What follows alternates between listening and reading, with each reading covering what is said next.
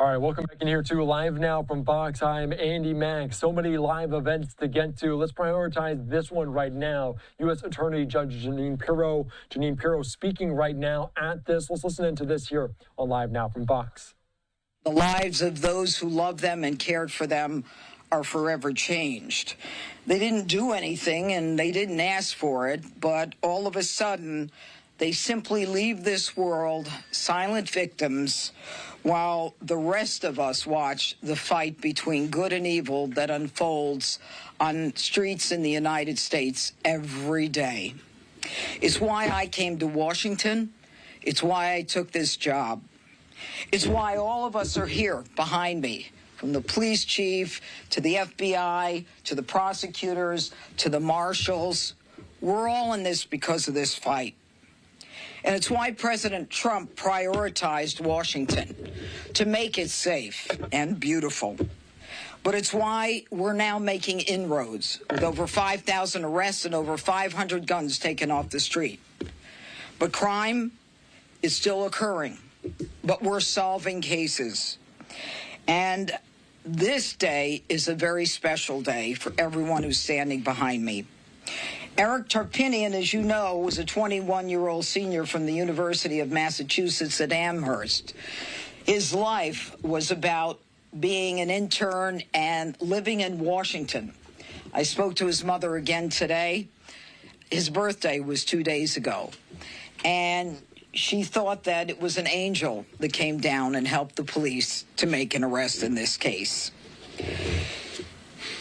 It was a dream until he walked out onto the street at 10:28 at night and got shot by a group of punks. It was 10:28. He got shot 4 times. And they were a crew. They were the Tyler House. They were masked up, and they were gunned up, and they were ready for a fight. Who knows about what? They were just ready for a fight. And when it was over, there were 79 rounds on the ground. 2 rifles, 1 9mm. Eric died alone. No mother, no father, no sister. Why? Because 3 teenagers, 2 17, 1 18, all accustomed to getting away with criminal behavior because they lived in a district that didn't take it seriously. They never believed they would be punished, so they kept moving. Arrested, as you know, were Jalen Lucas, 17 years old, a juvenile who will now be tried in adult court with murder while armed under the D.C. Code 22-2101, murder in the first degree. Kelvin Thomas, also another 17-year-old juvenile, charged with the same D.C. Code crime, murder in the first degree. But the third defendant, and I can't thank MPD enough, along with the marshals and the FBI here, was arrested, and he was presented in court today. His name is Naquan Lucas. He was a juvenile also, 18 years old. But the shooting that night on June 30th did not end with Eric. That's why we have that poster over there, not the young woman. Eric was shot, but also shot was a passenger on a bicycle. He got 1 to the left of his chest and 1 in his stomach. Also shot was a 42-year-old woman who was 5 blocks away walking into a bar. She gets shot in the back of her thigh. Also, a man at a bus stop. When these punks start unloading their long guns, the glass from the bus that they were shooting at ends up cutting someone. He got glass in his eye, and this 4th individual was injured in his head. Now, I talked about a passenger on the bike who got a shot in the chest and then his stomach. The driver of the bicycle himself is a victim of attempted murder as well. And finally, a healthcare worker 4 blocks up on the 8th floor. Apparently a window was shot out where he would normally lie his head had it been a few minutes later and had he gone to sleep. But that's not the end of it. Naquan Lewis, the 18-year-old, has also been indicted today for the shooting death of his own girlfriend, Zoey Kelley. Zoey Kelley, right here, was a young woman. I believe she was 17 years old as well. Her murder took place in the 1700 block of Benning Road Northeast. Her body was found in one of those storage containers where she was covered with blankets and other items, and she was in the closet of a roommate of Naquan's father's apartment. When they found her, she was unconscious, she was unresponsive, and she was suffering from an apparent gunshot wound. I don't know that much about Zoey, but I want to read to you what her mom said. She said, on the 4th of July, I see my baby that morning, Jeanine Kelley said. That evening, I didn't see her no more. She never came back home. She never returned to us. And whoever did this, please know that justice is going to be served. We live in a district where all three of these juveniles that I've just mentioned are known to the juvenile court. That's all I'm going to say, because I can't say more and I want to. But I can tell you this, that 2 innocent souls were taken from us in what I believe were predictable homicides based upon the behavior of these individuals and the records that everyone knew about. But the D.C. Council is more interested in protecting young criminals under the guise of protecting the innocence of youth. It's time for them to start protecting the citizens of the district, because this is what we're ending up with. We're having victims 5 blocks away, 79 rounds on the ground. This is normal behavior in D.C. No more excuses from this council. And finally, there is something called the Incarceration Reduction Act. I talk about it all the time. It means that if you're under the age of 25, as all 3 of these are, if they serve 15 years, assuming they're convicted, they go before a board. They don't have to prove they're better, they're rehabilitated, or anything. And they get out after 15 years. Okay? This victim and this victim, Eric and Zoey, one man is charged with both of them. That one man is 18, Naquan. Once he serves 15 years, he gets out because of the rules in the district that have to change.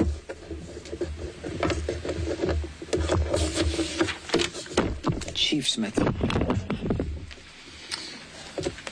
Thank you, Judge Pirro. Good afternoon. I'm Chief Pamela Smith, Chief of Police of the Metropolitan Police Department. I am pleased to join Judge Pirro in announcing the 3rd and final arrest in the homicide of 21-year-old Eric and the closure of the homicide of 17-year-old Zoey Kelley.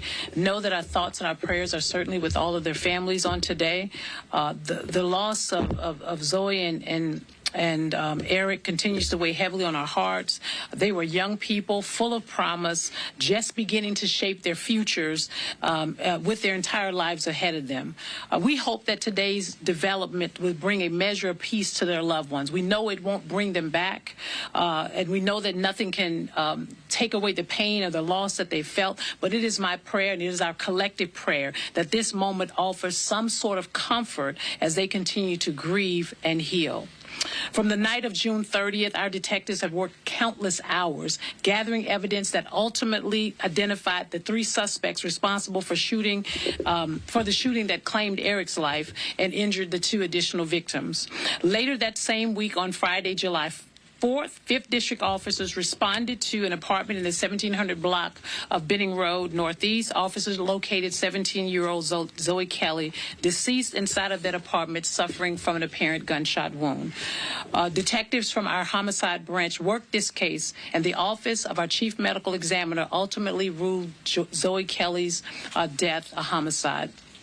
Our detectives soon determined that 18-year-old Naquan Lucas, who had already been identified as a suspect in the June 30th case, was also connected to Zoey Kelley's homicide. The facts and evidence of the case were presented to a grand jury, which returned an indictment, including a charge for first-degree murder. Over the last month, the Metropolitan Police Department publicized images of Lucas to the community through media. In partnership with our Washington field office, FBI field office, and the United States Marshal Service, we offered a $75,000 reward for his apprehension. Those efforts culminated into last night's arrest in Germantown, Maryland, where members of our Capital Area Regional Task Force, which is known as Cardiff, located Naquan and took him into custody without incident. He was transported to MPD's homicide branch and charged with first-degree murder while armed, premeditated for both the murder of 21-year-old Eric and 17-year-old Zoey. I want to thank our homicide detective, Gabriel Truby, and Detective Herman Kelly and their colleagues at the Metropolitan Police Department Homicide Branch for their outstanding work on both investigations. These were very complex cases. Identifying Lucas as a suspect in both offenses required high-level detective work, and that is exactly what our team delivered. This is just one example of the effort being poured into each homicide case. As I speak to you right now, our detectives are hard at work identifying additional violent offenders in other cases. But I hope this news sends a message to individuals who choose to commit violence in our city. We do not rest, and we will not rest until every single suspect in offenses like these are held accountable. And I want to thank you, Judge Pirro, and your team at the United States Attorney's Office for your partnership throughout this investigation. I also want to thank our partners at the FBI Washington Field Office for their assistance, and the U.S. Marshal Service and the Capital Area Regional Task Force for their efforts locating and apprehending Naquan on last night. I also want to thank my mayor, Mayor Muriel Bowser, who has certainly been supportive of the Metropolitan Police Department and keeps public safety at the forefront of her mind. And I will now turn it back over to Judge Pirro. United States Marshal Gadi Saraltas. I don't have much to add to this. I can tell you I'm the director of the United States Marshal Service. My name is Gadi Saralta. I have the distinct honor to lead the United States Marshal Service and also to be the chairman of the D.C. Safe and Beautiful, for the task force that was put together by the President of the United States, Donald Trump. This task force is a task force of 23 different agencies working together towards a common goal. The Cardiff, which is a task force run by the United States Marshal Service on a regular day, is heavily involved in the D.C. Safe and Beautiful Task Force.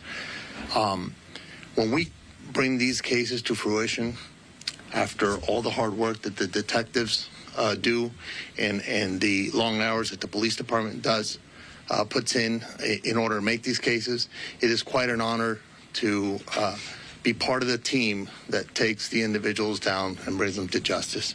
So for that, I thank you all. Thank you. Reed? Yep, there you are. Thank you, Judge. My name is Reed Davis. I'm the FBI Special Agent in charge of the Washington Field Office's Criminal Division. So I want to thank you, first, Judge and Chief and Director, for allowing us to be here with you today to share in this partnership. And first, I want to just offer our deepest and sincerest condolences to the families of young Erica and Zoey for this tragic event. However, this arrest highlights the great partnership between the FBI, MPD, U.S. Marshal Service, and all of our law enforcement partners in our joint and collective efforts to reduce and eliminate homicides in the District of Columbia. And we will continue to contribute every financial, personnel, and technical resource at the FBI's disposal until we eliminate all violent crime in the district. So we also asked, all of our community members that if you witness a violent crime in the district, to please reach out and report it to the FBI or MPD so that we can take immediate action. And while today's arrests don't bring back Eric or Zoey, hopefully it does give an assurance to the community that your law enforcement partners, both federal and district and local, state, every municipalities are working together to eliminate violent crime and crush violent crime in this country. And this case in particular should stand as a testament to FBI Director Patel's commitment to crush violent crime. So thank you. All right, just listening in there to officials speaking on this, and the third teenager has been arrested in connection with the shooting death of a Capitol Hill intern.